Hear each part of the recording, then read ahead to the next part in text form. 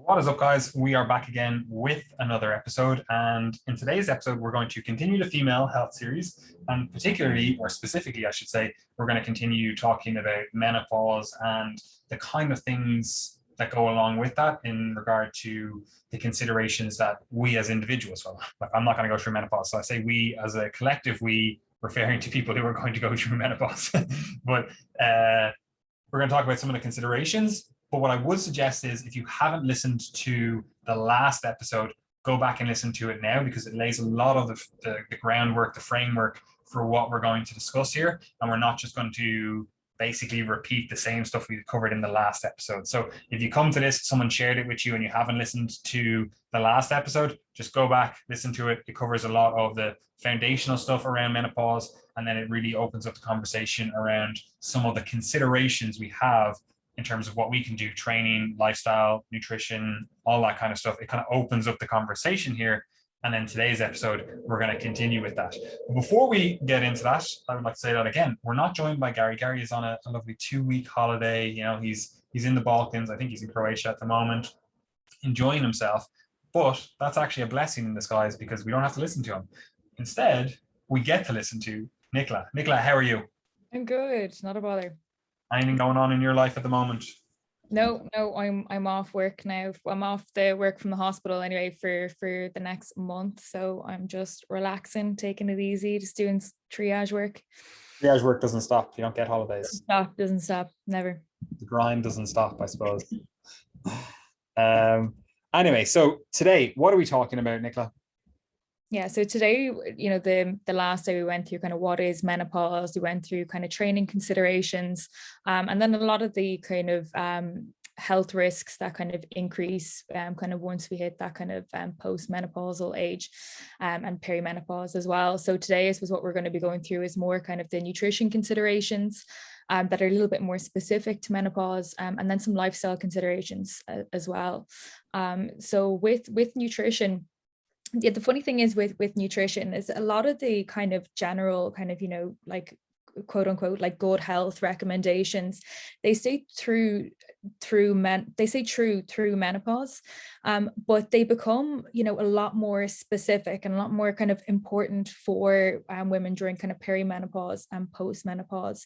And the thing is, when we give out general nutrition recommendations, I feel like, you know, people generally kind of don't really care, because it's too non-specific and too kind of general towards everyone, that it's kind of like, okay, I know that that's true, but like, you know, it'll happen kind of to the other guy, or like, you know, what should I do as an individual? Yeah, what should I do? I'm an individual, and it should be kind of personalized towards me. But with menopause, again, we're saying kind of women of a certain age that are kind of going through this transition. So suddenly people do kind of take a little bit more notice.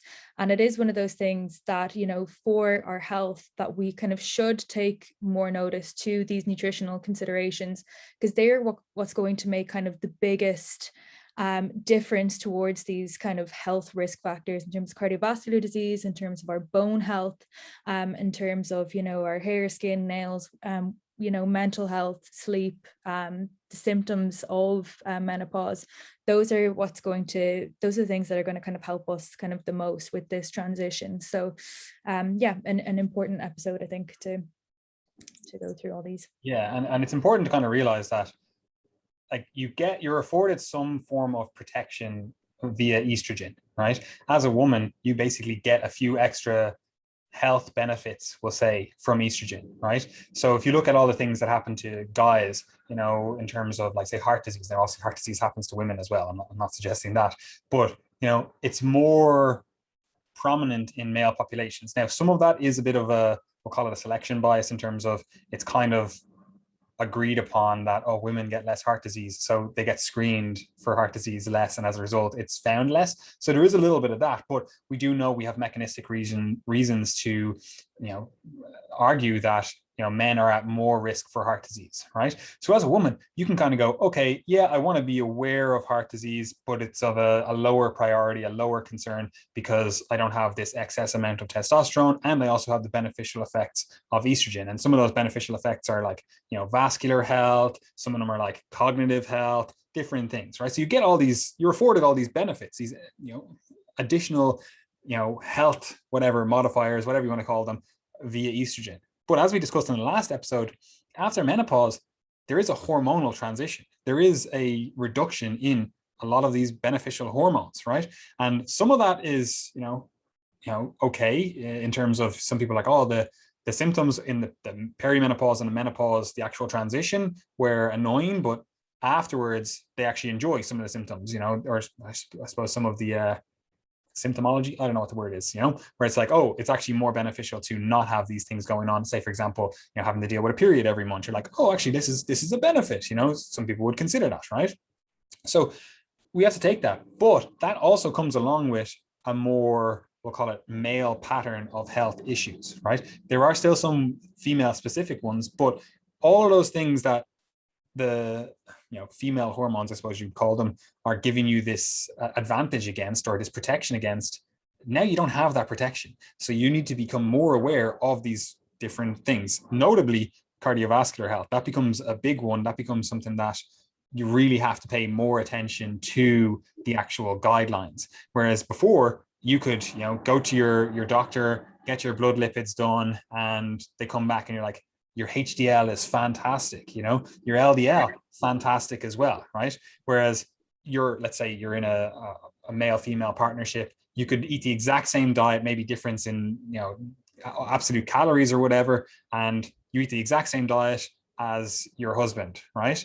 And he goes in and goes, yeah, my HDL is not great, and my LDL is a little bit elevated, right? And you're going, oh, well, we eat the same, so, it must be genetic, right? But we often forget that some of that genetic component is actually just the hormonal component as well, and whereas he might go, okay, I'm going to have to go on a statin, or I'm going to have to make these changes or whatever. He might do them earlier in life. As a woman, you might be like, I'm not at risk. I'm looking at my blood lipids here. It's not an issue. It's just, who cares? It's like, okay, I understand as a general guideline, this is what people are suggested to do. But for me, I'm looking at the blood lipids. I'm looking at the data. For me, it's not an issue. But then we get to the perimenopause, the menopause, and you get your blood lipids done again. And all of a sudden you're like, whoa, why is my HDL so low? It was always so high. Oh, wow, why is my LDL so high? It was always in a good range, So what I'm saying is, you can basically get away with a lot. How like, oh, everyone always says, like, as a teenager or even in your young 20s, like, you can just get away with a lot in terms of exercise, in terms of nutrition. Like, you're just afforded a degree of, getting away with a lot, right? Whereas you lose that, or to some degree, you lose that in your perimenopause, menopause transition, and that's unfortunate, because then we come up against a situation where you've probably built up some bad habits. You've probably not had to spend the time really focusing on really good nutritional habits, whatever it is, And I know in the health and fitness industry, we focus a lot on like the calorie argument, and the more, we'll say, like the aesthetic argument, where it's like, oh, it's all just about body fat control and whatever. Like, we're not talking about that. We're talking about just good, healthful eating patterns, But where do we start with this? Because I just jabbered on there a lot, but what's the story? Where do we start with nutrition when we're thinking about menopause? Yeah, so it makes sense really when you go into perimenopause, menopause, there's this huge, endocrine shift, and this complete flatlining, of our estrogen, of our progesterone. So like you're saying, we lose that protective effect of estrogen. And I suppose the most kind of jarring, health risk is the cardiovascular disease health risk. And like you were saying, in this postmenopausal age, kind of the playing field is kind of leveled between men and women. And, cardiovascular disease is the greatest cause of mortality of women in that age group.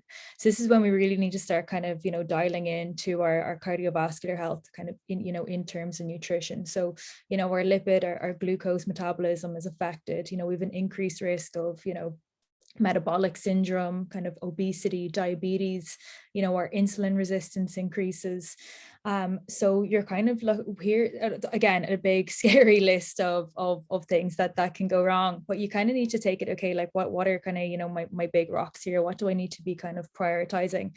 And instead of immediately going to, like statins or, anything else, you're like, well, what are the things that are going to help me kind of the most? And it's evaluating kind of where your diet is now, and what is it mostly, comprised of? Like, am I mostly having, whole grain variations of carbohydrates, or is my food still consistent mostly of kind of, like white bread, bagels, kind of processed carbohydrates? So am I mostly having kind of higher GI foods? So again, it's just kind of taking those as it is and kind of, building from there. So generally the recommendations are avoiding kind of higher GI foods, more kind of whole grain variations of carbohydrates, kind of fruit and veg, trying to get most of your carbohydrates really through kind of like vegetables, especially like cruciferous vegetables. Are going to be the things that are going to kind of help the most. You're looking at your kind of, your saturated fat, then trying to keep that, below kind of 10%. Again, it's one of those things that we kind of, write off when we're kind of younger. We're like, oh, I'm sure it's below 10%, but it's something that it is kind of worth actually kind of like tracking and taking a look at kind of where am I actually, sitting at with this. And you'd be maybe surprised about kind of how high it is, towards the end of the week. Especially, yeah, like what you're saying there, like you need to look at it on like a weekly scale, because people do this all the time. They'll be like, oh yeah, my diet is fantastic with regard to saturated fat. And like the way fatty acid metabolism is, like you're basically able to store fats. So it's a bit of a longer discussion than if we were talking about carbohydrates or protein. But you'll see this all the time. People will be like, oh yeah, Monday to Thursday, look at this diet. There's like 5 grams of saturated fat in this. Fantastic. And then you'll see the weekends come along and you're like, oh Jesus, you're actually at 50 grams on all of those days. And you're only eating 2,000 calories. Yeah, absolutely. And it's a bit of a tangent now, but same with alcohol. People are like, oh, I don't really drink that much, but then they have like 20 units at the weekend, and it's like, okay, well, your total towards the end of the week is kind of garbage. Like, you need to kind of take the whole, into an account. But yeah, so kind of looking at your source of carbohydrates, looking at your kind of saturated fat intake, and as well, backpedaling to carbohydrates. When I was saying about the increase in insulin resistance, what can be particularly helpful to kind of exercising women, is kind of having a lot of your kind of carbohydrates kind of around training. Like if that kind of one, having a higher carbohydrate meal kind of after training, again, you've kind of a greater kind of glucose kind of uptake kind of into your muscle cells, which can be helpful, again, just for kind of maintaining the blood sugar level. But just on that as well, like there are lots of studies that suggest like just being active for like, say 10 minutes after your meal. Like a lot of people suggest like for a 10-minute walk after you've eaten. Like stuff like that is actually really easy to implement in terms of like, okay, maybe not a 10-minute walk or whatever, but look, you had your meal, rather than just sitting down and going, okay, I'm just going to relax for the next whatever, just getting out and doing some movement. Like that can be really beneficial for making sure that you overcome this increased propensity towards insulin resistance. Because I know insulin resistance sounds like this big, like scary word or like scary thing.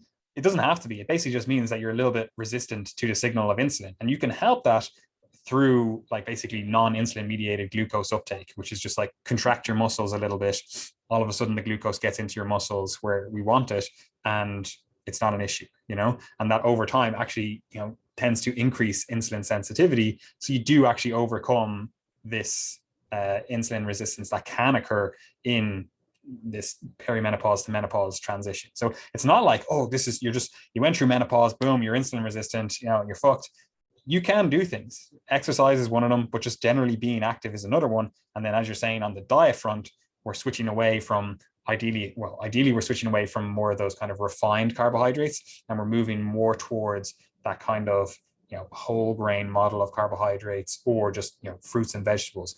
But in general, that's what we discuss, and that's what we recommend anyway. Like we rarely recommend, oh yeah, eat these jellies or eat these like high sugar content foods. Like, yeah, we might recommend that occasionally for someone that has a very high carbohydrate requirement. Maybe they are a multi-event day athlete, like they're like, I have to train 3 times per day. It's like, okay, well, you probably have a high energy requirement and we want to refuel as quickly as possible. So yeah, maybe we do focus on more of those higher GI carbohydrates, but that's generally not most people, and it's generally not middle-aged to older age women as well.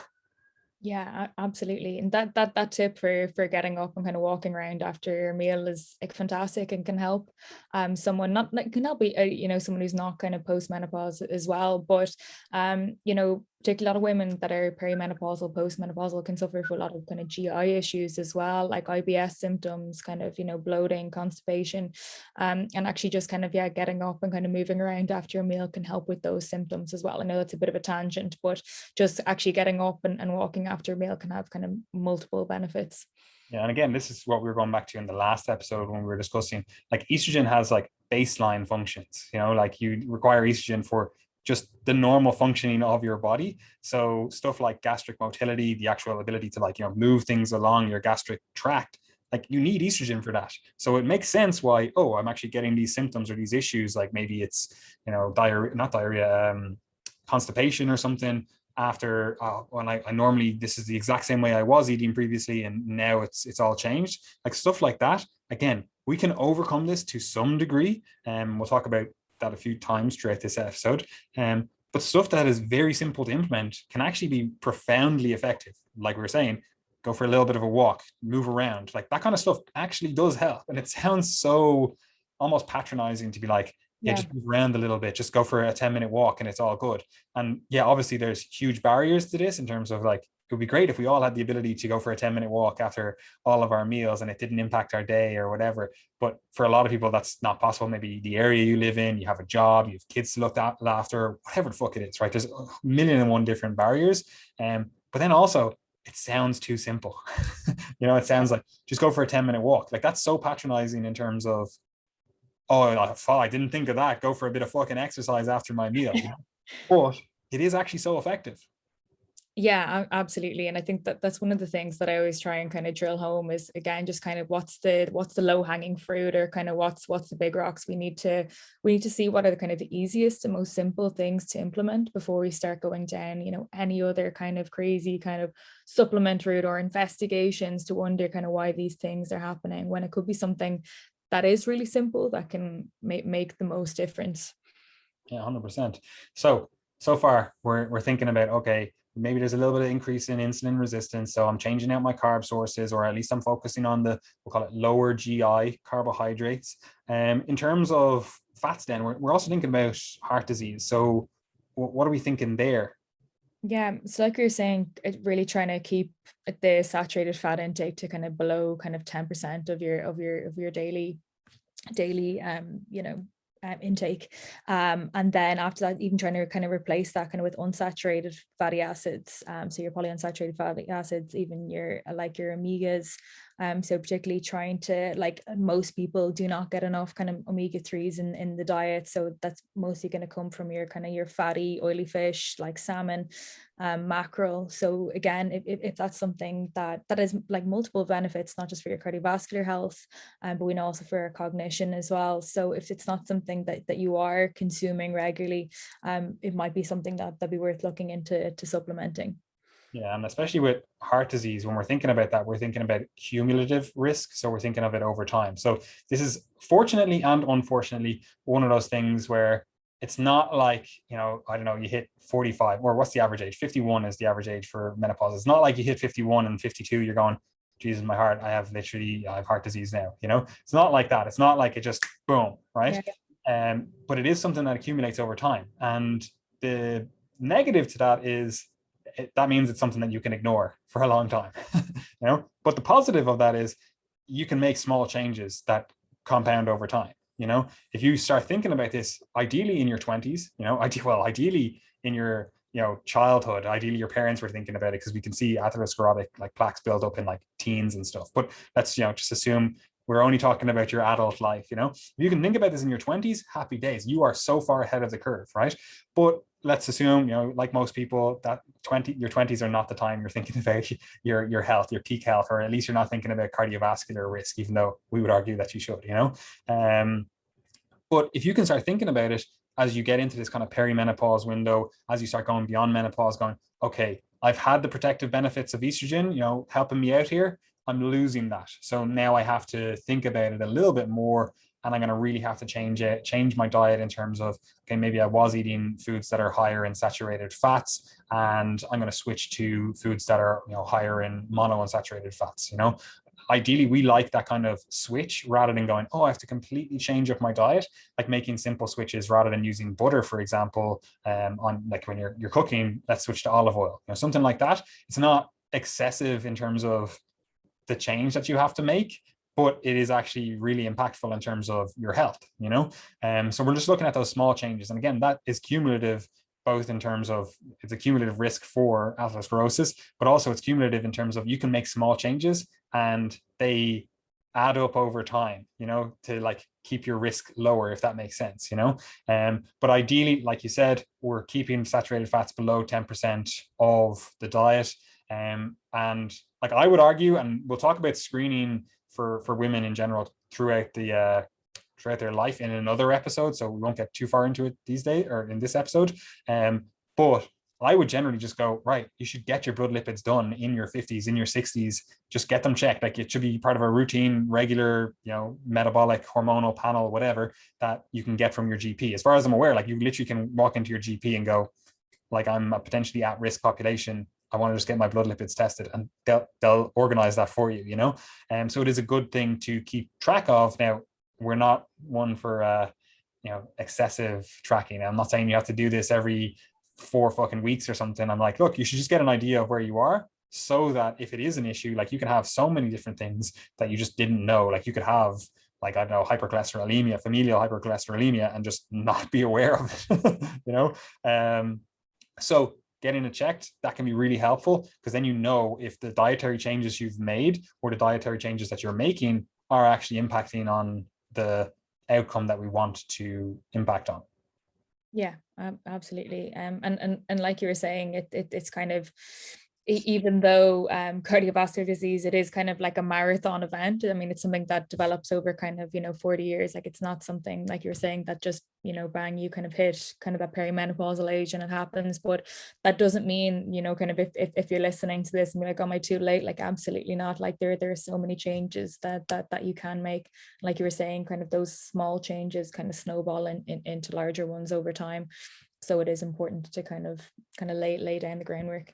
Yeah, and it is something, obviously, look, you ideally want to discuss with your doctor, because they can advise you on a specific level, not just us going, yeah, keep your saturated fat below 10%. Like obviously that's helpful, but if your doctor's going like, okay, that's just not going to make a difference for you, because we're looking at your diet here, and look, your saturated fat is actually at 5%, so you're already doing everything, and your LDL is still high, or you've got other risk factors like ApoB or lipoprotein little a or whatever. You're like, they're looking at the panel here going, these are out of whack, these are not where we want to be, and you're doing everything right with the diet, so like the diet can only do so much, but it is at least the first line intervention that we're looking at. And obviously, look, in our company, I'm not a doctor, obviously Nicola, you are a doctor, so you can talk about this stuff, but for most of the stuff that we're recommending, we're talking about this kind of preventative health, stuff. What can we do before we have to look at like pharmacology or anything like that, so that's, we'll say heart disease. That's one of the things that we're looking at in this menopausal, transition to post-menopause.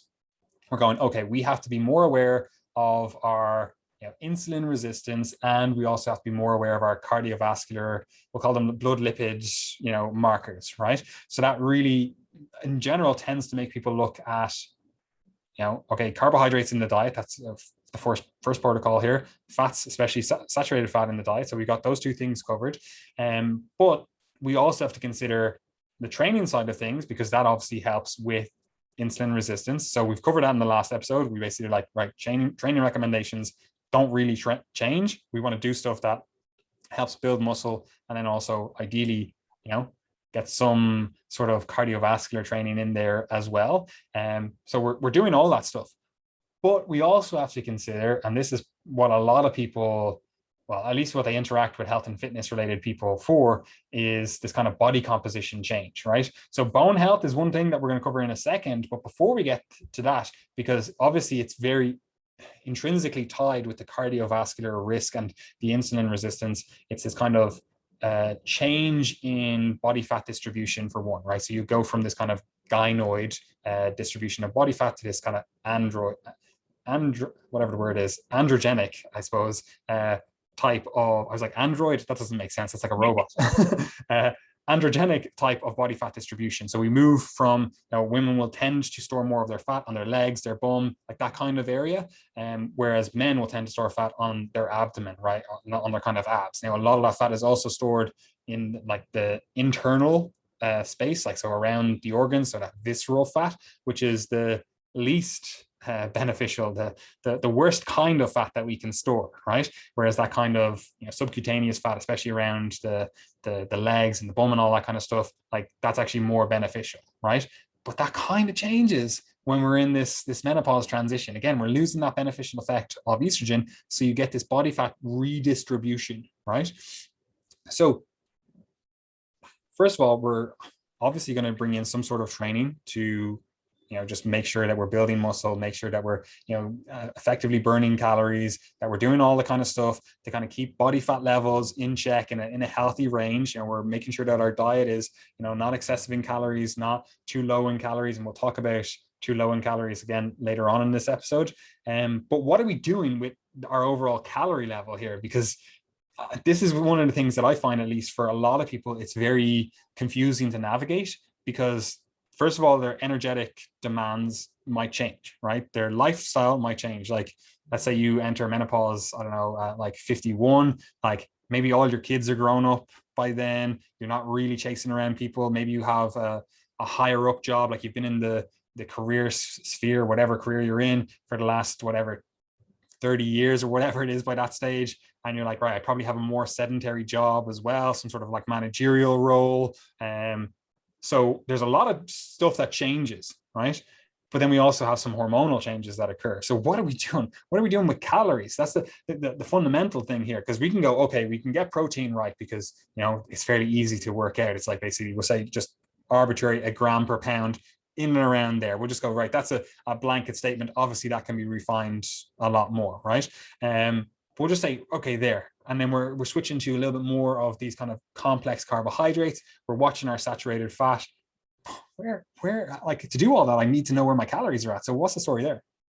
Yeah, so I suppose the kind of the big buzzword that you hear around menopause is that your metabolism slows down, and kind of you hear that a lot, and a lot of women say that that's kind of why that they put on weight. But the weight thing is, I suppose, kind of multifactorial in the way that there is a change in kind of resting metabolic rate, but that can happen in men as well, just as we age, and that can slow down a little bit. And again, that'll come down to you getting older, kind of losing kind of muscle mass as well. So where kind of sarcopenia can come into it, where you've just kind of age-related muscle decline. So your kind of output kind of isn't as much. So again, you might not be kind of looking after kids anymore. You might not be working anymore. You might not be as kind of fit and able-bodied, but you might still kind of be eating the same amount of foods. So it comes down to kind of not just your metabolism slowing down, but kind of a lot of these other factors as well that can lead you to gaining weight. And like you're saying, that kind of change in distribution, a lot of it comes down to, we have a lot of estrogen receptors kind of in our lower body, women do. So when, again, the hormones kind of flatline, when estrogen flatlines, the fat cells then are kind of more prone to kind of go around kind of the midsection, which, like you're saying, is more kind of a male pattern fat distribution. Yeah, and it's a very hard thing to navigate, because I would love to be able to go, okay, so you're in perimenopause, that means that your metabolism is going to change by X percentage, so we adjust calories by this, and once you hit like actual like menopause, we're 12 months without a period, etc., your metabolism is going to change by this much, so we'll adjust it like this. But that's just not possible. It's so different for everyone, and at least in my understanding of the research, it's basically two things that we really have to look out for. The first of them is just muscle mass, right? Like, this is one of those things that it is actually the main determinant, or one of the main determinants, I should say, of your just resting metabolic rate in general, right? So if anyone talks to you about like, oh, my metabolism slowed or whatever, like 99% of the time, that's related to changes in muscle mass, or changes in lean body mass, I should say, because there are other things that contribute to it as well, but changes in lean body mass, right? That seems to be the biggest driver here. Now, there are other changes as well which can account for a lot, and which are more of the, we'll call lifestyle stuff, which we often in the fitness world call this like NEAT or non-exercise activity thermogenesis. So there we're talking about, how many steps you get per day, you're fidgeting, walking around, all that kind of stuff. It adds up to a significant calorie burn for a lot of people, like some research would suggest even up to 2,000 calories in a difference just by virtue of NEAT, right? So that's one of they're the two things that we're looking at here when we talk about this metabolism change, right? So a lot of people, their lifestyle is going to change. It's just, that's naturally what happens. People will say this, oh, you get the middle age spread. And again, 99% of the time you look at that and you go, this is, first of all, has been accumulating over years. You're only really noticing it now. And the reason it's been accumulating over years is because we can track your activity here when you were in your 20s, and it's like, oh, you were walking everywhere, you had to commute, you had to like get the bus, you had to do a lot of stuff in terms of you physically had to move a lot to go around these different places. And then we get into our late 20s, 30s, and maybe have a car, you've better access to different ways to transport around. And also maybe your job has changed. So you're not more in a physical job, you're in a more sedentary job, you're sitting down a lot more, you come home, maybe you don't engage in those other activities that you used to.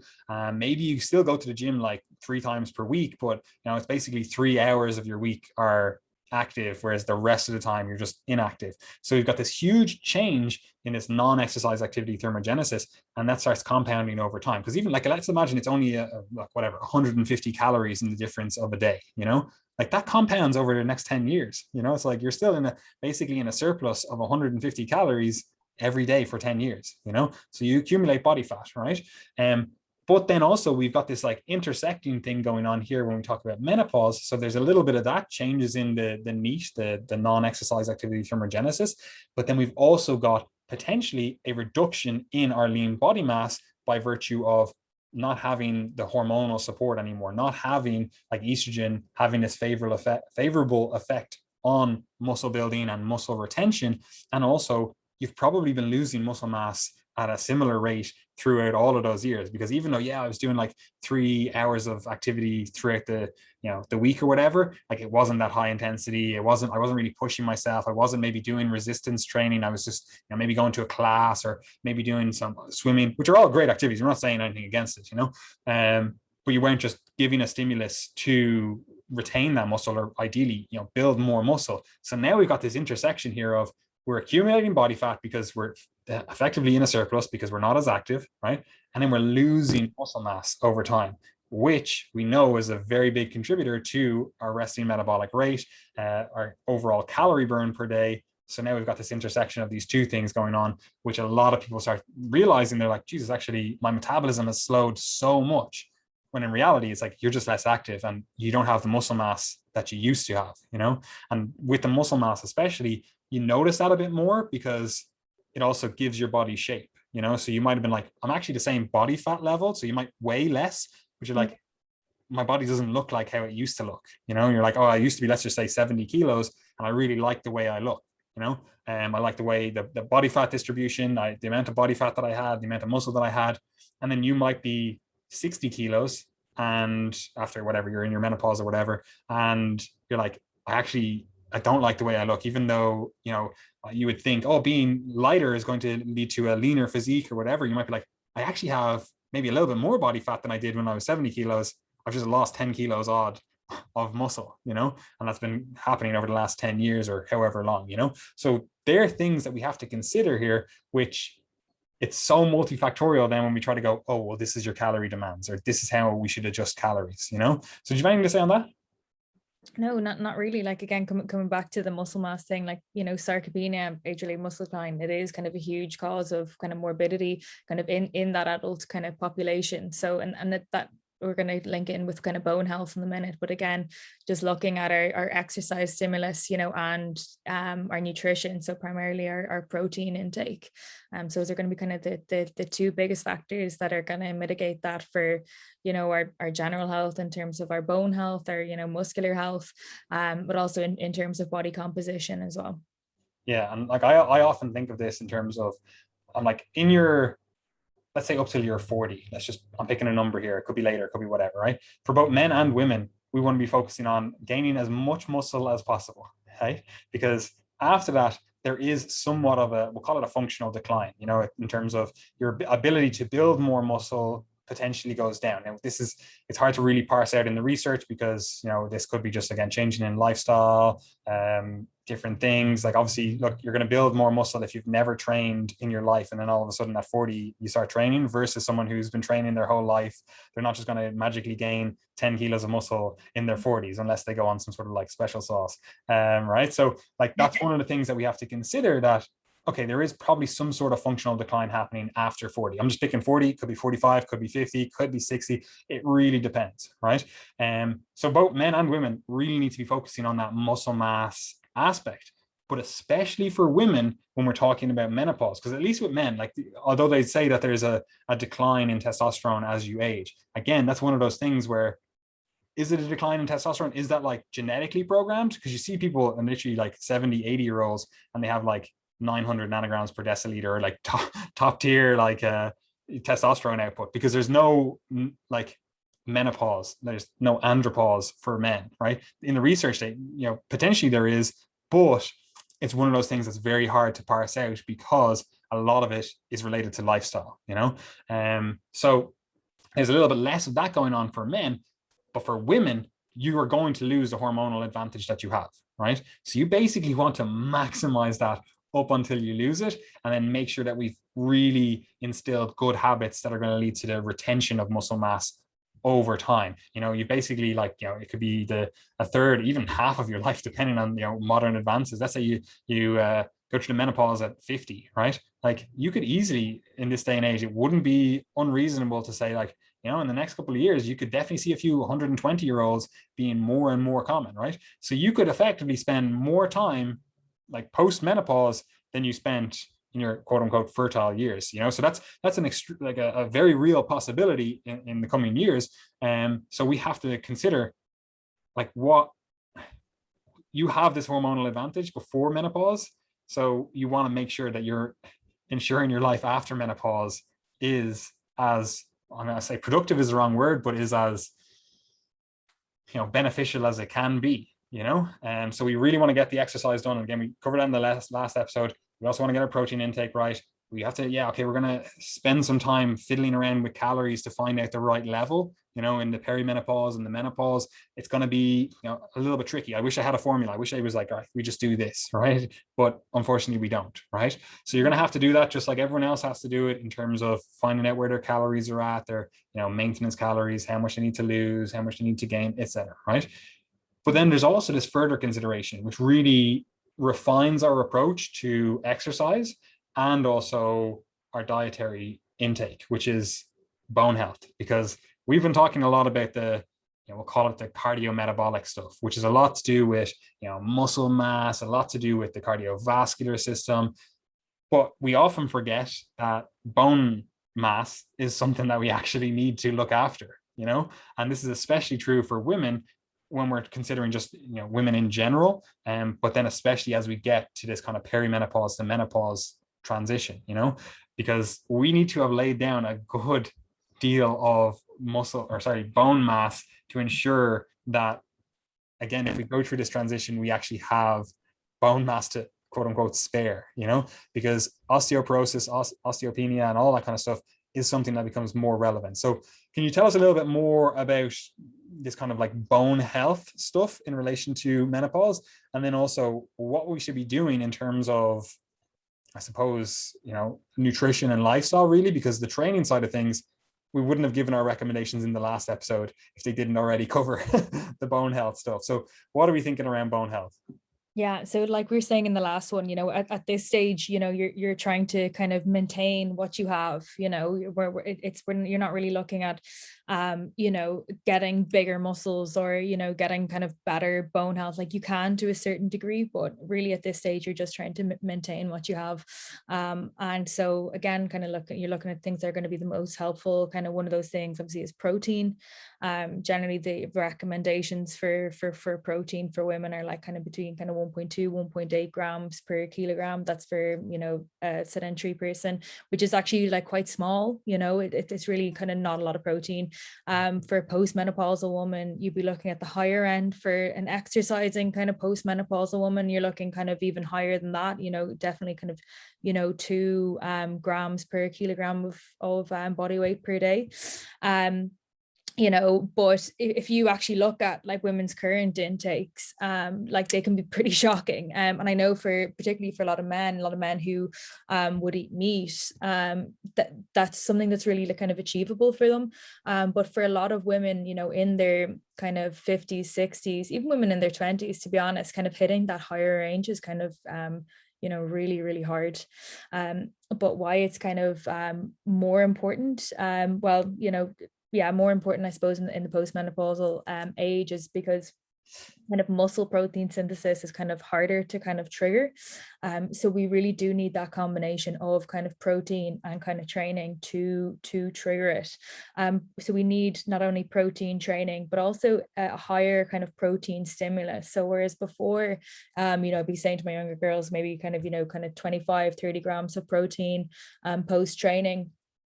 For women kind of 40 plus, I'd be saying kind of actually be trying to hit kind of 30, 40 grams of protein after exercising, again, just so we're kind of maximally kind of stimulating the muscle. So yeah, that's where this kind of comes in as kind of more important. Protein as well can, it's knock-on effects like your BCAAs can help with like endothelial function, which again, kind of helps with, your cardiovascular disease risk, etc. So it's kind of, there's lots of reasons why you want to be keeping that kind of towards the higher end. And particularly a lot of older women, as women get older, a lot of them, kind of stop eating a lot of meat. They start having kind of smaller portions of everything, but, particularly meat. And protein sources. So it is about trying to kind of work that in kind of at every meal. And then particularly post-exercise, kind of having that kind of larger bolus. Yeah, a lot of people find themselves in this kind of white bread and biscuits diet, Yeah. it's like Yeah. there's so little protein here. It's like if you were to try to design the worst diet for bone health and like your I suppose metabolic health, it would be the white bread and biscuit diet. Or at least it would be up there as one of the worst, but a lot of people find themselves in that. And again, this is related to reductions in appetite as a function of reductions in exercise habits and activity habits in general. So that is one of those things that it's not necessarily it's hard to kind of navigate it, because you might be like, oh, I could never do 30 grams or 40 grams of protein, because you're thinking of it, oh, my appetite is absolutely shocking, because you don't exercise, but because you don't go out and go for walks and all that kind of stuff, but another thing, and we have covered it before in a previous episode in the female series, in terms of like vegetarian diets. Like obviously a lot of women do follow more of a plant-based diet, and for them, like if you say, if you get 30, 40 grams of protein after whatever, let's just say you're in your 40s, you're like, okay, well, maybe we need to think about a little bit more of a bolus of protein at each of our feedings. Like that can be very hard, just from the perspective of getting enough protein in general. But then also we have to layer on, okay, we're potentially getting into a little bit of what we generally tend to refer to as anabolic resistance. So we want more of a protein bolus, but we also want to make sure that we're getting our essential amino acids in there, notably leucine, to ensure that we are actually triggering that muscle protein synthesis. And also, like, it has more effects. We're saying muscle protein synthesis, but it also has effects on bone modeling and remodeling and all that kind of stuff. That's what we're talking about in relation to bone health. But that can be very hard to do if you're talking about someone that's been a plant-based dieter for their whole life effectively, and you're saying, I know you've struggled to get protein in throughout your whole life, now you actually need more. And look, you haven't actually been getting enough of your essential amino acids, because you don't do food combinations that have more of the like full spectrum of the amino acids, or you're just not eating meat, or dairy products or whatever. So that can be very hard to navigate for someone in general. But, and this is important to realize, it actually is so beneficial. Like, while it is a really hard thing to navigate, and maybe we'll talk about that in a second, it is so beneficial, it has so many knock-on effects in terms of your metabolic health, so many knock-on effects in terms of your ability to retain and build muscle, so many knock-on effects in terms of bone health, especially because protein intake or eating enough protein generally makes calcium absorption, like you get increased calcium absorption, and we know calcium, and we'll talk about that in a second, is related to bone health as well. So it has so many knock-on positives, even in like regard to insulin sensitivity and insulin resistance. Like, there's so many knock-on benefits that it is one of the key things. If I was to like, right, how do we navigate this stuff? It's probably going to be one of the first interventions we do. We're going to go, let's get our protein intake in a good place. Yeah, absolutely. And like saying it's kind of taking it small. It's one of, like you said, one of the things that it's going to help the most, but it can be kind of one of the most daunting as well. I know even, girls in their 20s who start with me and they're like, Jesus, I've never eaten this much protein. They're like, I'm so full all the time, but they'll still be like sub 100 grams. So it is just kind of, you have time, and just taking it kind of like easier on yourself, like building it up slowly every time. You don't have to go from 50 grams to 150, but even kind of educating yourself on different kind of sources of protein. Like, I don't know how many times I've been like, okay, so where would you kind of usually get your protein from? And they're like, I eat a lot of nuts, so which obviously aren't that high in protein. So just educating yourself on where you can kind of get your different sources is going to be really important as well. Yeah, and this is where it really does, like, you either have to spend a lot of time yourself, like trying to go, okay, I need to get whatever, let's just say, well, say 150 grams of protein, that's the number we've chosen, right? You either have to spend some time educating yourself on, okay, where do I get this like protein from? Okay, I eat this food, I don't really like that food, I like this, I don't like that, and kind of navigate it yourself and try to craft a diet. Or you can somewhat outsource that and go to a nutritionist, or go to like Uniqlo and go get this like full coaching package and go, right, I need help. I want to get, I want to spend the next 4 months or whatever, just really dialing things in so that I know how to eat to support my goals, to support my health. And effectively you can expedite the process then. That's what in our estimation, at least, that's the benefit of coaching. You get to expedite the process. And that's not just me just trying to sell our services. I'm just saying that, like, for a lot of people, it's going to be a bit of a struggle with the protein side of things. There's no real two ways about it. If I could create a resource that would just be like, here you go, here's a free resource that would just completely navigate it for you on an individual basis, I would create that in a heartbeat. But unfortunately, it's impossible, because it needs to be individualized. You're going to like certain foods, you're not going to like certain foods, you're going to have certain dietary requirements. It needs to be individualized, and that just takes time, and it just takes generally working with someone that can help you navigate it. So protein, look, if you can get it in, because it's one of those transformative things. But aside from that, in regard to bone health, what else are we thinking? Yeah, so I suppose apart from kind of protein, our next kind of our big rocks, and what everyone I suppose knows the most well is calcium and vitamin D. And kind of in our notes for this, I just kind of have dairy underneath calcium. And why I have that is, I think, like, even for me growing up was, dairy was so kind of demonized, but actually, like, it's such a fantastic source of kind of calcium, not only calcium, protein, which we were just talking about, and kind of like your fats as well.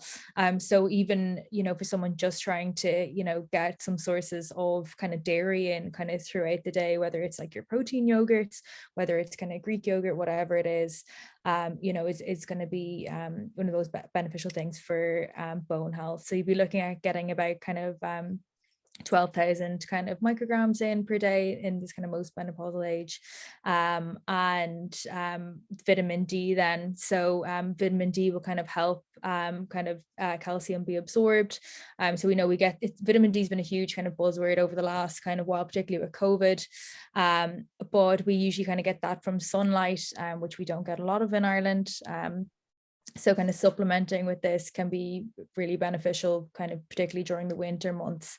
But it is a fat soluble vitamin, so it is something that you ideally will get tested with your GP kind of beforehand, before you start kind of like a high dose vitamin D supplement, because it can be kind of toxic, I suppose, in high levels, even though that would be pretty rare for someone in Ireland. But if you were kind of lumping a whole load of vitamin D supplements into you kind of over a period of time and you didn't need it, that would be kind of something to consider, getting your level tested before you start on like a high dose. Yeah, and like you can literally just start with a lower dose. Like it's not like, you know, most people, if you take like say a thousand IU, right? Like it's not going to push you up into the top of the reference range. You know, like I take 5,000 IU and I'm literally in the middle of it. And I actually do get out into the sun. Like I know this washes me out here, but I actually am quite tanned. You know, like I do get out into the sun, right? So ideally we would get this tested, but also you can take a small dose and see benefits from that. And especially I think it's like 40% of the European population are clinically or subclinically deficient in vitamin D. So it's kind of one of those things where you're like, you know, you're probably best off just taking a small dose regardless. You know, it's probably a good idea unless you feel like, oh, I do get out into the sun quite a lot, which, most people don't, go on, you're saying? No, it also as well, like, on the other side of that, not even from like a toxicity point of view, but if you were really deficient in it, and you're only taking like 400 units a day, like to say, like in the hospital, if someone comes in with a fracture and we test their levels, and if it's sub whatever, you'd be putting them on 50,000 units weekly.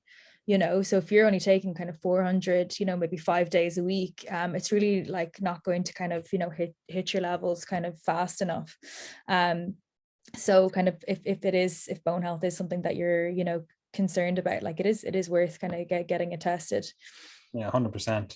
And again, like we'll talk about like routine testing for women in a future episode, but just going back to calcium, because this is one of those things that I think, again, it pays to work with someone to help you navigate this, right? Ideally, when we're talking about individual like micronutrients or anything, you would work with a dietitian, right? That's going to be the best way, because like a nutritionist or anything that we do, we might help you go, oh yeah, like these are going to be better sources of calcium in your diet, but I'm not going to be able to prescribe to you and go eat these foods or take this supplement or whatever, right? That's the role of a dietitian.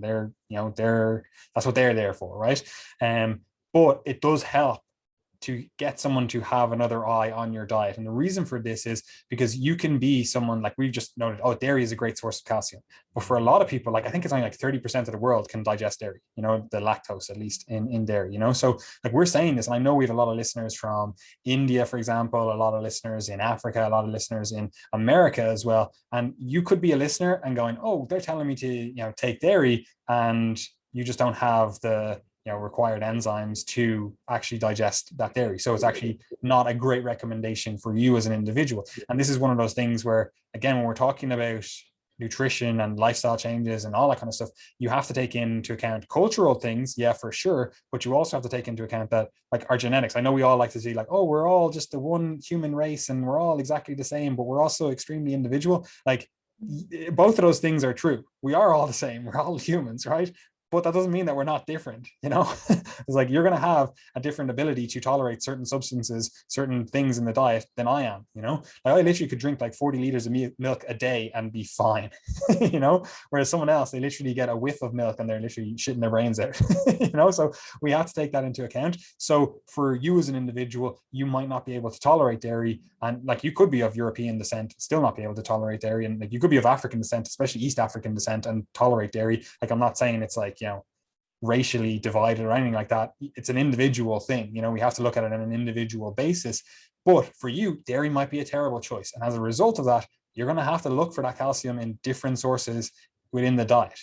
There are different things that you can do. You can choose stuff like bony fish that have like edible bones. Like for example, you could go for like kippers, for example, and like they have bones that you can eat.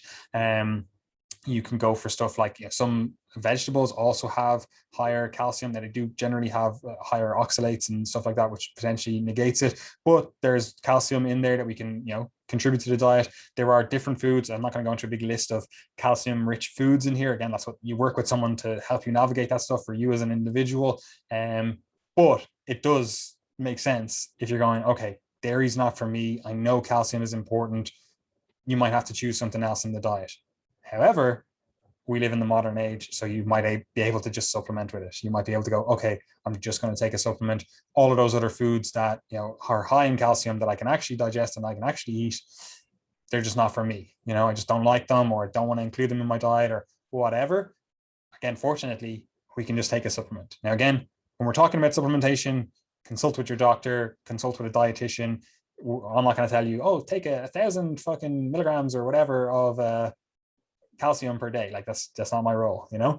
But yeah, do you have anything to say on that? And if not, what other vitamins do we need to look out for? So and a nice one for calcium as well, particularly for someone who's not a meat eater, is you can get tofu that's kind of pressed in calcium as well. So again, like you're getting your protein in there, you're getting your calcium, and as well, we'll talk about it maybe in another episode, but like you're also have kind of your kind of plant estrogens kind of within that as well from the soya. So it's a nice kind of 1 in 3 in 1, I should say. Yeah, but as we've discussed previously, unfortunately, tofu is disgusting. You just don't know how to cook it. If they can get seitan that has calcium, I'm all over it. Seitan, delicious. Tofu, disgusting. We'll agree to disagree. What else then in terms of micronutrients are we looking at? Yeah, so like another kind of one is like your vitamin K, so that increases your calcium uptake into your bones as well. But again, it's like you're looking at kind of like your green leafy veg for that sort of thing, but it's not really something you would see kind of supplemented a huge amount. Like it can interfere with kind of blood thinners, like particularly like warfarin. It's just something to kind of be aware of, because you will hear people talking about it, but I wouldn't be starting a vitamin K supplement kind of on straight off the back. Yeah, like if you basically just get enough fruit and veg, you should be good on this. Again, like obviously different people, they might need more, might need less, whatever, but generally our recommendations are that kind of food first approach. And if you're just getting leafy greens especially, your vitamin K should be good to go. Like there are different types of vitamin K, and we're not going to get into that in this episode, but you will see a lot of supplements that are for bone health. They'll have something like calcium, vitamin D, and vitamin K in it.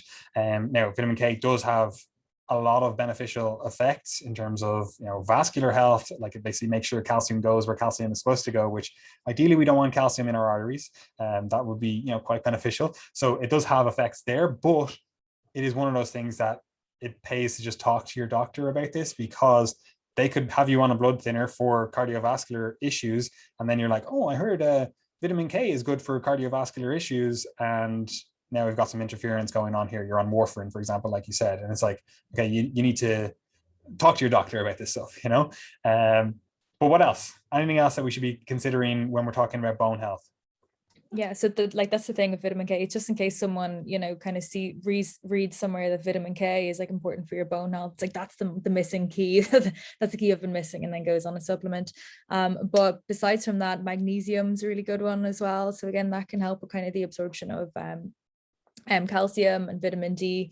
It also, can help. It's a supplement like that I always, not always, but it's one that I kind of often recommend to kind of a lot of women with kind of hormonal issues, for a lot of reasons. Like it's involved in, so many kind of enzyme processes within our body. It's used up like quite easily. And it's not like hard to get it into the diet, but it's not like you're going to be, most people don't eat specific things to increase their magnesium, so you're kind of getting like your whole grains, kind of your veg, your greens, etc.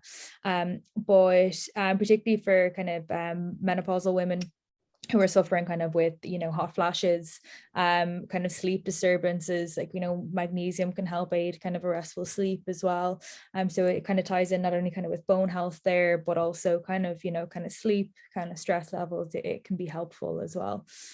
Yeah, like magnesium is involved in so many metabolic processes and enzymatic processes in general. Like even like, ATP, anything that requires ATP, like ATP is bound to magnesium, like that's, you need it bound. Well, you don't necessarily need it, but it's bound to magnesium, or ATP is bound to magnesium in our cells and around our cells. And we ideally want to ensure that we have enough magnesium. And this is why you see it a lot of times recommended for sleep, for example, a lot of times recommended for muscle relaxation. It's not because that is like magnesium just causes you to relax or anything like that. That's actually not the process, but it's actually allowing your body to relax by effectively allowing ATP to work correctly. Because you forget that like sleep is a very metabolically active process. Sleep is a very energetically costly process. And also like relaxation, like you actually have to relax the muscle. It's not like the muscle itself just wants to relax. Your muscle wants to be in a somewhat semi-contracted state at all times, so magnesium can be really beneficial for that. Magnesium can also be beneficial for like gastrointestinal stuff, and that can be both a positive and a negative in terms of like you get like magnesium oxide, you might be shitting your brains out. That might be what you want, it can cause like osmotic shifts and stuff, and it might like pull water into your gut, which again, that could be beneficial. It might be exactly what you don't want. Like no one wants to, basically shit their brains out in the middle of a meeting or something, so again, ideally we're getting a better form of magnesium, which look, I'm fairly happy to go with anything except for magnesium oxide. Like there are better or worse forms, and depending on exactly what we're talking about. Like I generally favor like magnesium bisglycinate in general, right? Because most people are running somewhat of a glycine deficit. We won't get into that, but magnesium is really beneficial across the board. Pretty much, you can get it from those leafy greens. That would be the ideal, but a lot of people, you're just not going to be able to eat enough leafy greens to get enough magnesium, so a supplement can be quite effective if there, right? Especially for bone health, which we're talking about here, but it also has effects in terms of somewhat helping with muscle building, but also helping with metabolic health in general and cardiovascular health in general. Because again, if we're talking about muscle relaxation, we're also talking about like vascular relaxation and stuff like that. So magnesium, I'm a big proponent of it, just like yourself. So, okay, that's bone health. That's cardiovascular health, right? That's metabolic health. We've covered a lot there so far, but there actually is a little more to cover here, right? So we'll cover something that we talked about a moment ago. Well, earlier on, we're talking about calories, but this is, well, first of all, actually, before we get onto that, we should mention, because we did just mention it, is plant estrogens, right? They are in a lot of these leafy greens that we want people to consume, especially in like soy and stuff like that, like phytoestrogens, different things that you often see them talked about in regard to menopause. But we'll actually cover that in the next episode when we're talking about hormones in general, even though it is kind of actually a dietary thing, right? So that is coming, don't worry about it. But in terms of calories, right? So we're going back to calories. Why are we going back to calories? Because we didn't actually discuss what happens when you undereat, right? Like what happens if you are just in a chronic deficit, when you're perimenopause to menopause, like we've talked about it in regards to, a normally cycling woman, and you're like, oh, well, these metabolic complications, these hormonal complications occur if you're in this like low energy availability state. But if you don't have a menstrual cycle because you're gone through menopause, who cares? Does it matter? So what's the story there? Yeah, so this is really important. I think it's going to get even more important for kind of women, our generation, because there's a lot more women who are engaging in exercise, engaging in sport. So, we've spoken on previous episodes about low energy availability and about, red S. But for, how does this apply to women who don't have, regular menstrual cycle? Like, how do they know? So, you can still have all those, kind of negative effects, but you just might not be as aware of it because you don't have the menstrual cycle to kind of have that like immediate kind of, trigger warning. So kind of things that you're looking out for are kind of a decreased, training response. Maybe you're not kind of, adapting to training, as well as you used to be. Maybe you've become stagnant in the weight that you're using, maybe even regressing in the weight that you're using. In terms of endurance, maybe your heart rate's running a lot higher than it would be if you're on the cross trainer or you're on the treadmill, whatever it is. It just seems like, training is just harder than it used to be. You're thinking about kind of stress fractures. You're thinking maybe picking up kind of more, coughs and colds than you used to. Kind of your immunity is affected. There might be more kind of GI upset. So those like your IBS symptoms, nausea, bloating, constipation, diarrhea, kind of whatever it is. And then a decreased kind of coordination as well. You just might not kind of be a little bit, clumsier than you usually would be. So those are kind of, kind of things that you might be kind of, looking out for. Your appetite would be affected as well. But kind of what do we do about that? And I suppose for, women are kind of a reproductive age, kind of we have these like parameters where you look at, the amount of calories per kg of fat-free mass. And there's kind of thresholds that will kind of be hit there. I think it's like 30 calories per kilo fat-free mass is kind of low energy availability kind of for a woman. But when we look at women in perimenopause and postmenopause, these recommendations kind of don't, fly as well. They don't really kind of cross over as well. And kind of the research isn't there to kind of show what does work as well, unfortunately. But what we do know is that, you're looking at kind of reducing the volume of training that you're doing, kind of having shorter bursts of high intensity. So if you think that you are suffering with the, before mentioned, symptoms, if you are finding that you're struggling more with endurance, more with training, you're having, stress factor, IBS symptoms, whatever, it is worth looking at, okay, what is my workload? Like, can I, decrease that? Can I have shorter bouts of intensity? And as well, something that I kind of mentioned earlier is kind of looking at your, energy intake kind of around training as well. So trying to eat kind of the majority, not the majority of your food, but kind of your biggest meal kind of around training, around when your body's under the most stress to kind of refuel. And if just on that means like before and after training, because I know a lot of people hear that and go, oh cool, yeah, I'm gonna eat a load of like Cocoa Pops and stuff after training. Yeah. But you basically don't want to dip into that low energy available state.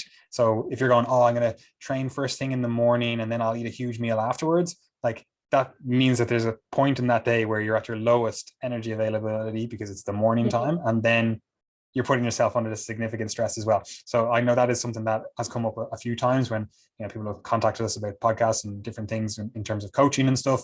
People go, oh, does this mean that I can just eat a huge meal after? And to an extent, yes, but only in the context of eating sufficient amount before as well, or during. Some people, I have clients, they train first thing, they're not going to have like, oh, I have to get up an hour before training, I'm already up at 6 a.m. to train or whatever. They're not going to be like, I have to eat a big meal or something. Like you can do some sort of intra-workout nutrition as well. Yeah, definitely. Like you're saying, the key there is, energy intake around training, not just kind of post training, but getting something, like I have a good few, women who do train kind of first thing in the morning. But what I say is just trying to get something small on board beforehand, you know what I mean? Like, kind of like a small banana, just something to kind of, have, like you are realistically fasting for nearly kind of 12 hours before that. So going in fasted, doing an hour training, and then maybe not eating for a while after, I mean, it can just, it can have kind of huge kind of knock-on effects. So trying to get something small on board, will be helpful, kind of whatever it is. Yeah, and the whole, like, I was going to say amenorrhea, like you basically don't get amenorrhea if you're menopausal. But this whole situation around, we'll call it like the female athlete triad, that's what it used to be called anyway. It's actually really complex when you consider when you throw in menopause or perimenopause or all this kind of stuff into the mix, because you could effectively become amenorrheic because you have a low energy availability, and you could be at the age of, like, let's say 45, 46, 47, 40, late 40s or whatever, and you can go, okay, I've gone through the menopause, and then we get more food back on board and all of a sudden things start again, because unfortunately a lot of the symptoms of low energy availability are kind of the symptoms of menopause. Maybe you don't get the hot flashes or anything like that, like that's a little bit different, but you can start getting this increase in, or a decrease in, bone health. Like you start seeing fractures more often, different things like that. You start noticing that, oh, I'm not really able to build as much muscle, or my response to training is not the same as it used to be. So a lot of these symptoms, they're somewhat indistinguishable, which makes sense because in this low energy availability state, we're basically getting this kind of flatlining of hormones, because your body's not putting the energy towards creating these hormones or synthesizing these hormones, because you don't have enough energy coming in.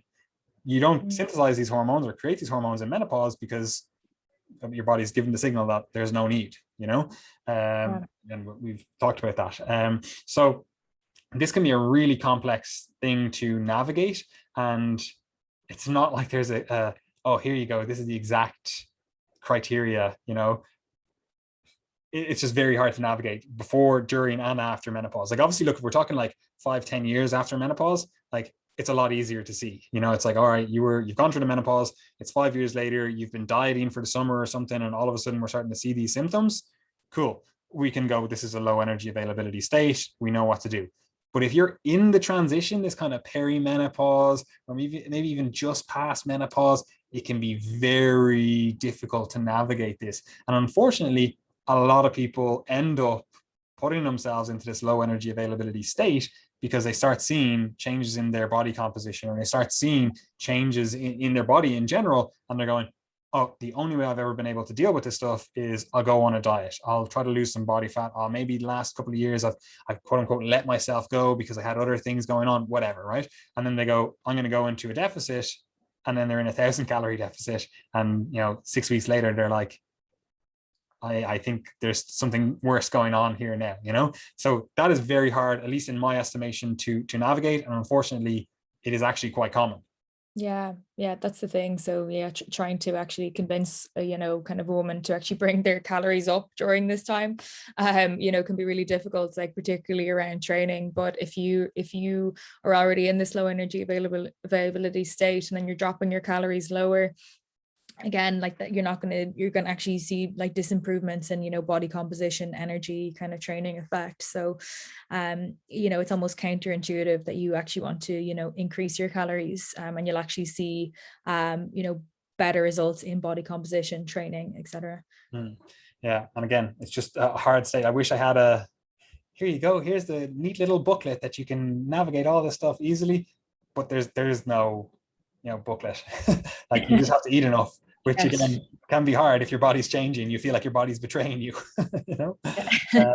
And then look, there's a few other things, and we'll just cover them here relatively briefly, and these are related to more lifestyle stuff, because we've covered a lot already in terms of what we do with nutrition, how we potentially change nutrition, and hopefully that helps you, the listener, navigate this situation a little bit better, or at least think about how you would navigate the situation. Because ideally, look, I know a lot of the listeners to this podcast, they're in their 20s, their 30s, 40s. So that's kind of the time where you start thinking about this. I know it might be, for some of you, it might be 30 years away, but for some of you, it might even be 10 years away. So if you have a plan of action, or at least you have an idea of how you're going to start navigating this stuff, like, you can start putting plans in place. But also, and we've talked about it earlier on in this episode, ideally you're doing some resistance training now. You're setting things up so your bone health is at its absolute peak. It's maximized. Your muscle mass maximized. You've really ingrained good, healthy eating practices. You're doing everything to make sure that you're in good health, and then you're able to stay in good health through perimenopause and then post-menopause as well, Excuse me. But there are some other lifestyle things, and we touched on one of them earlier on in the episode. But around lifestyle, what are we thinking? There's a lot of different things that we could just talk about. They kind of fall under diet, they kind of fall under different things, but it's just generally things that people do. What are we looking at here? Yeah, so hot flushes are the symptom that like most women are going to, like 80% of women will kind of have varying severity kind of will experience during menopause. So alcohol can be a trigger for menopause, like we were talking about it in terms of cardiovascular disease risk earlier. But yeah, trying to limit kind of 2 or 3 units a day, kind of no more than 14 a week.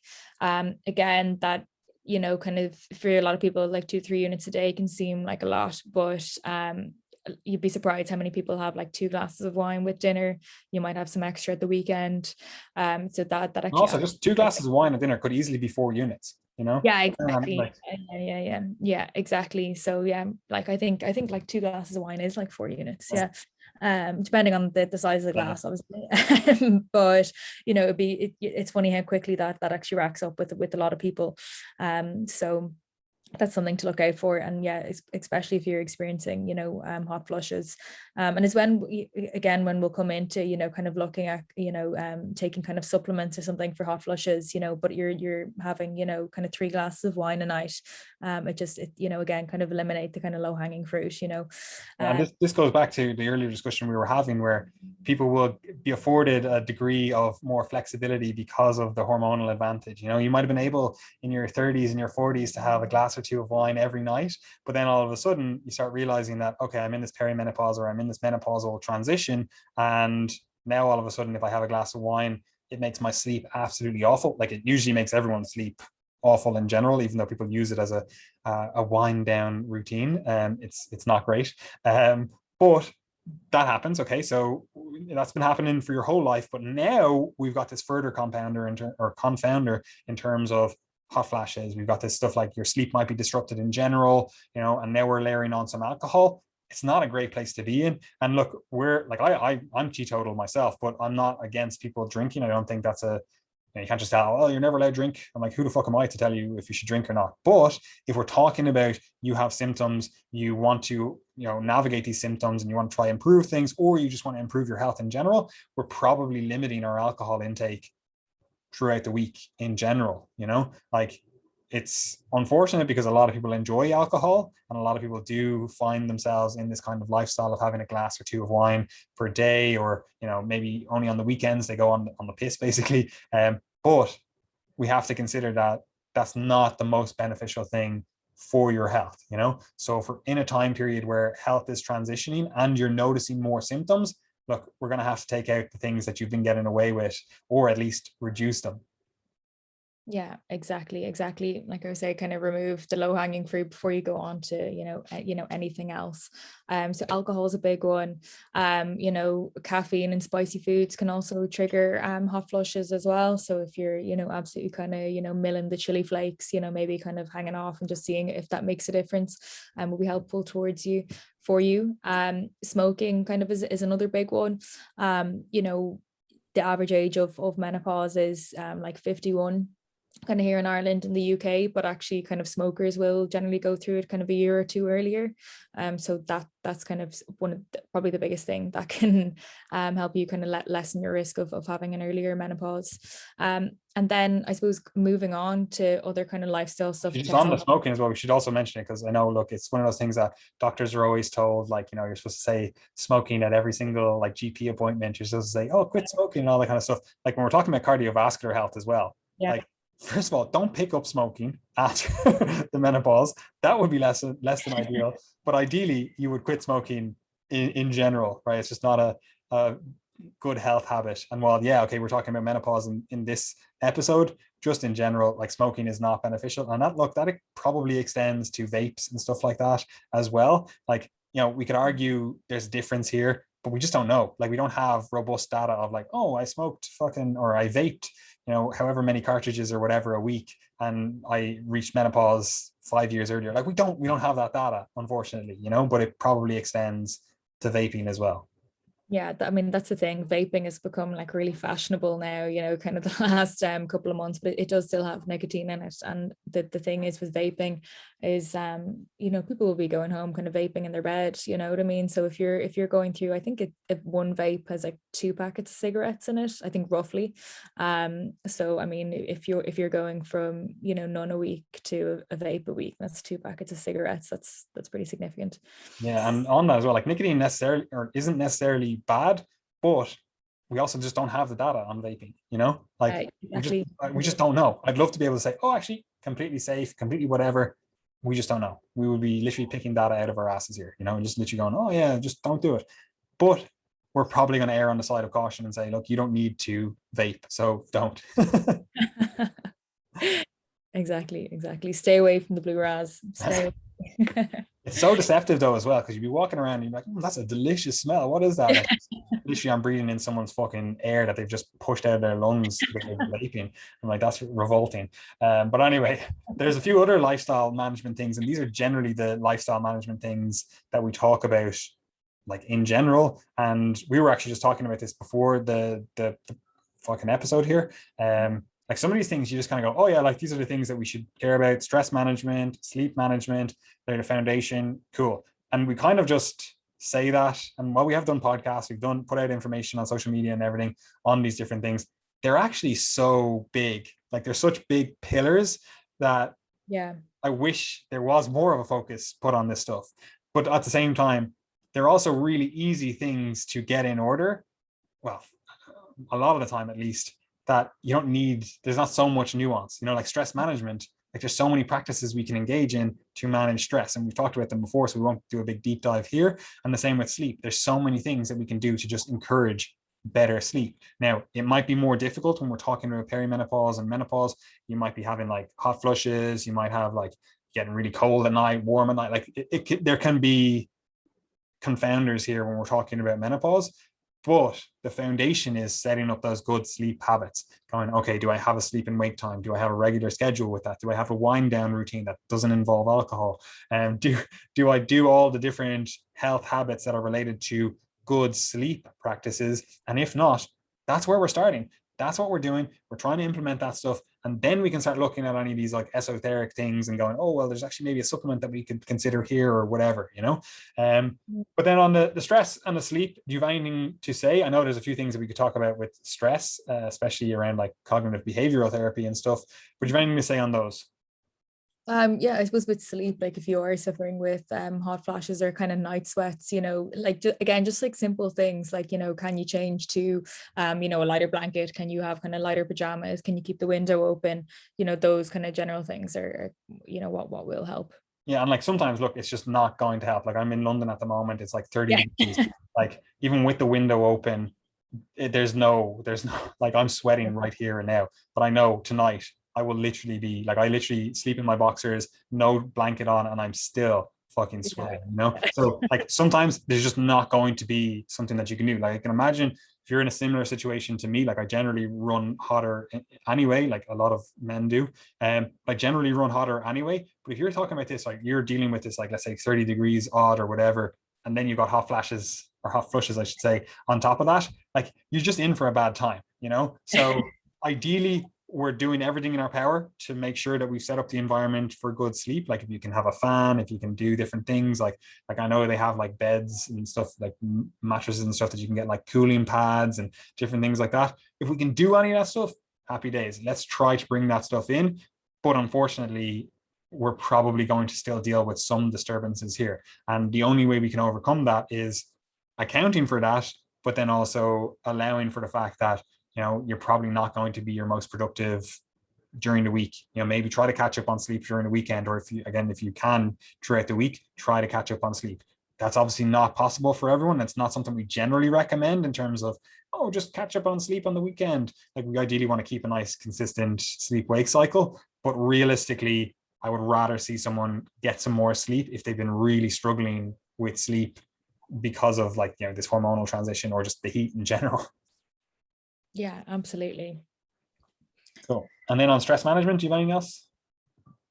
No, not really. Like it is like a huge change in a lot of women's lives, and again, like you're saying before, it is a topic that isn't kind of talked about enough, and so I suppose women can feel kind of isolated or alone, or they can have all these symptoms that can be kind of scary for them.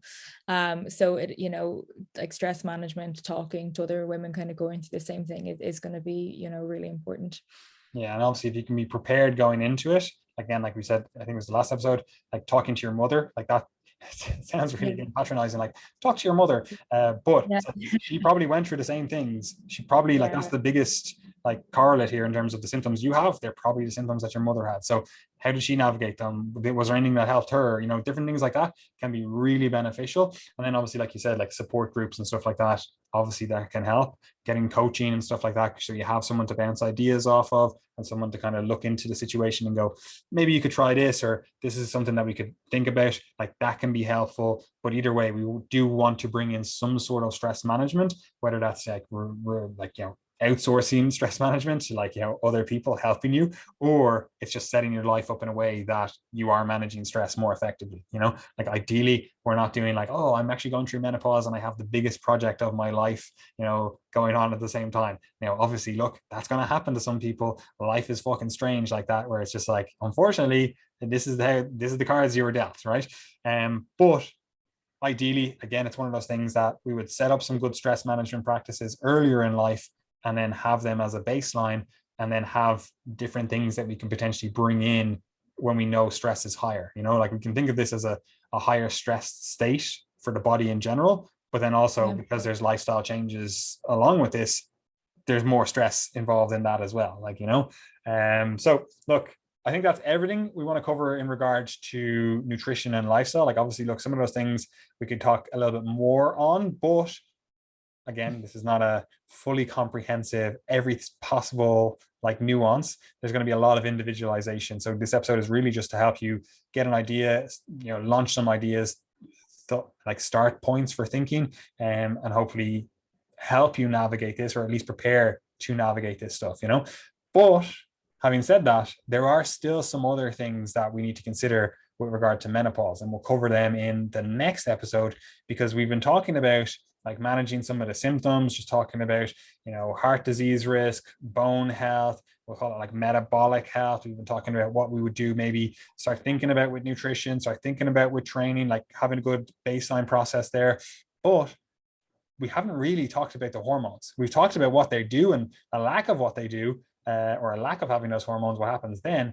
But we live in the modern era. So you could potentially just supplement pharmacologically. Like obviously I'm saying supplement, like you could supplement in terms of there are some, we'll call them over-the-counter methods, and we'll talk about them in the next episode. And then there are also more like pharmacological, which your doctor might prescribe. Now, both of them, in terms of if we start manipulating hormones, I would generally advocate talking to your doctor in general. But I know a lot of people like to, you know, research this stuff themselves, look into this stuff themselves, you know, so they want to go into, if they're going to a doctor's appointment, they want to go into it informed, you know. So we'll talk about a few things here in the next episode. But right now, Nicola, is there anything else you want to make a note of or mention? Nope, happy enough with that.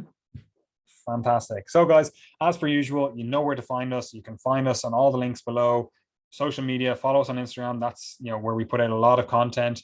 If you can follow the podcast, share the podcast, that really does help the podcast. I know a good few people have been enjoying this female health series. Like we've had a good few followers as a result of that, as a result of people sharing it and stuff. So that really does help the growth of the podcast. And also it does allow us to know that there is, you know, there's people listening to it. So people are actually enjoying it. So we'll make more content like this if people are enjoying it, you know? So that really does help. Subscribe, give a review if you can on the app that you listen to podcasts on. We do have coaching spaces available. I know, Nicola, you have a few spaces available now that you're, you know, a little bit more free in your schedule. So you know you have a few more spaces available. We do have a coaching team. If you have different issues, it's not, you know, female health specific. So you can get in contact with us with regard to that. You can follow the links in the description box, wherever it is, below, above, side, wherever it is in whatever app you're listening to this on. Other than that, I don't really have anything else to say. So I hope you all enjoyed that, and we will see you in the next episode.